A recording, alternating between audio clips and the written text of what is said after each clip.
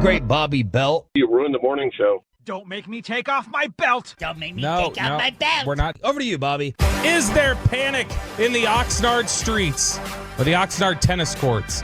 Why are the Cowboys adding so many veterans? Why are they revamping so much of the back end of this roster? We got Bryan Broaddus here to talk about it, and the two new players that they brought on. Defensive tackle Jordan Phillips, who they traded for late last night, and then Carl Lawson. After years of hoping from several Cowboys fans, Carl Lawson is finally a Dallas Cowboy. Bryan Broaddus, how are you? Doing well, boys. How about yourselves? Great. What do you think of these two acquisitions that the Cowboys have made? Which one you want to talk about first? Let's hit the one that probably has the most immediate impact, Jordan Phillips. Yeah, Jordan Phillips. If you just watched and I tweeted this out last night, if you just watched the Buffalo game in Dallas last year, that's where the majority of his season was. There's really nothing you can get out of his time with the New York Giants, but he's got some initial quickness to him. He's a 320-pound guy, very nimble-footed for a guy that big. Kind of has an idea of how to play these blocks. You know, when I thought the one thing that he did was, for a guy that big, he actually played with some range. Sometimes you see these guys and they get stuck along the line of scrimmage and really, really don't move. That's some of the problems you have, you know, with Mozzie at times. He just doesn't, he's not able to extend and then get down the line and make these plays. But you can line this guy up like on the opposite shoulder of the center. He did it to Broaddus like one time. It was really pretty, where he lined up on the opposite, say his left shoulder, and then worked all the way back to his right shoulder. And Broaddus really had attacked his snap hand, and so Broaddus really didn't have an answer for that. So this guy's not going to stand still. He's going to fight blocks. He's going to stay active. He's kind of a thumper when he hits you. I mentioned about locating the ball. The double teams don't seem to move this guy very much, but he the three tapes I watched: Dallas, Kansas City, and Philadelphia. And just to kind of give you a little bit of idea, it's late in that Philadelphia game, and they're trying to kill the game, and they put him in there as a pass rusher. So you have a 320-pound guy, last 30 seconds in the game, they're using him. Usually they take those big old dudes off the field and put somebody else in there with some more quickness. But he was in there, and I'll tell you what, it was impressive what he was able to do in the three games I watched. So it makes sense from the aspect that they don't have anybody right now here that plays as active and as big as this guy. Wow, it sounds like you really like the move. I do like the move, and I like the move because, like I say, the games I got to see, I thought the quality of the offensive line, and I thought he showed up. Now, he does have a history of injuries, and that's something that's got to be a little bit of concern. He hurt his wrist after the Dallas game. When he was chasing down Dak, he got hurt in that game and didn't play until the very, very end. But he's had a history of some hamstring, a rotator cuff surgery, and then I mentioned the wrist surgery. So if he could get by those things, he can definitely help this team because of his size, his athletic ability, and it's like his ability to find the football and kind of play down the line with some range. Do you think that Jordan Phillips is because we did this with the corner deal the other day, we compared it to, help me, Choppy, with the name, Vita Vita Vea? Noah Igbenogany. Noah Igbenogany, yeah. Is this comparable to Jonathan Hankins, or Hankins was definitely better? I think this guy's better than Hankins.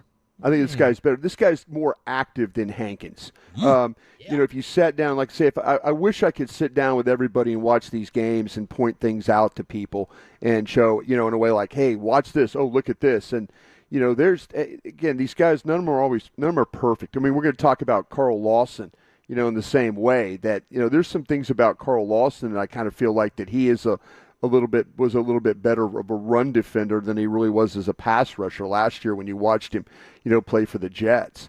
So, but yeah, it's a move. There were three areas I kind of felt like they needed to look at. They needed to look at the defensive tackle area was an area that I thought was really kind of one of those, you're like going, okay, well, they got to figure this thing out. Edge rusher was another one that I felt like they needed to look at, and then also the running back room. They're always going to, even though they kind of feel like that, well, maybe we can do with Dowdle and this, that, and the other, we'll be all right. But I feel like that their pro department is probably hunting some more positions here, and I don't think they're finished moving guys around either. I think they're not going to go into this season and be shorthanded on it. If they can go be aggressive and try and make some things happen, I think they're going to continue to do that. Bryan Broaddus from Oxnard, brought to you by Sagamore Spirit Rye Whiskey. Bryan, let's talk about Carl Lawson. Why was this move, do you think, not right for them 2 weeks ago and it's right today? Well, I think that maybe they got into a situation where they realized that the guys that they brought in, with Tony and Muhammad, that Muhammad I think will be a guy that could stick for him and he'll finish out the training camp. Tony, of course, they got rid of. He had the groin injury and they waived him injured, so they're going to need another edge. They've also, I would not be surprised. Bobby, they've tried to move. They've tried to move Fehoko out there. They've moved Golston over to the left side. They moved Fehoko to the right side. I wouldn't be surprised if they try and move on from Fehoko. He was drafted by a previous regime, the Commanders. Keep an eye on a potential trade at the end of all this, maybe even sooner. But they're hunting edges is what they are, and they're just trying. There's guys out there that it just probably didn't fit for them the right way. Maybe the money wasn't completely agreed on there, and maybe Lawson's like, well, if I'm going to take this, I'm going to go to the team I want to go to, and maybe that worked out. I need to circle back on that one. Okay, really quickly then, before we get to practice takeaways, just quick thumbnail scouting report on Lawson. Yeah, when you look at Lawson, the initial quickness is there. He's good with his hands. He can be the stout run defender that I mentioned, and he needs to get the corner of the pass rusher as a pass rusher. He can't play down the middle. He's just not strong enough. He can redirect to get to the ball. He can break down blockers. That's one of the really good things about him as well, and get up the field and create pressure. So there's a guy, some veteran savvy, knows how to break guys down, and probably a little bit better now of a run defender, as I mentioned, than a pass rusher. Let me ask you a nerdy question just to kind of go inside your craft. The breaking news happens. You find out that a deal like this takes place. Mm-hmm. What do you immediately do in terms of asking, acquiring film? Why do you think 3 games is a good, comfortable amount to judge the player? Just what happens when the Bryan Broaddus world when a move happens? Yeah, that's when you find out something. I just got done doing some work from practice, and then I turned around and I was then working on podcasts, and then the news came down. I've already got the film in my box through my program, so I immediately start to get into that. And then you kind of follow back around. If you know anybody from another team, if maybe you have a guy from that team that you made a trade with, or you made a claim from, you might ask him, hey, how are things in camp? And then they'll tell you that. And then, you put your notes down and you get to talk about it either on the radio the next day or on a podcast. So that's kind of how it works. How long is it taking to go through the 3 games? I went for 3 hours. It takes me about an hour a game. Oh, God. And how far back is too far back? I try and get the most current. Like I said, if a guy, like for example, this offensive tackle that they signed is a UFL guy hasn't played since, I believe, been playing the league since 2021. I can go back that far, but does 3 years removed help me in any way? Yeah. I might need to find another way of accessing some tape for that one to get an idea of him as a player. But if a player has played regular season games or preseason games, I got all those games. I can find him. And all the clips, all the clips, you can click his name and it's his highlight back to back to back to back. It's not a highlight. It's actually play. Yeah, I have a system that I could plug in a name. I could plug in Carl Lawson's name and it will pull 416 plays. Wow, that's cool. Bryan Broaddus joining us here on 105 through the Fan. All right, Bryan, we're going to practice now. They had the joint practice with the Rams. Got a little chippy.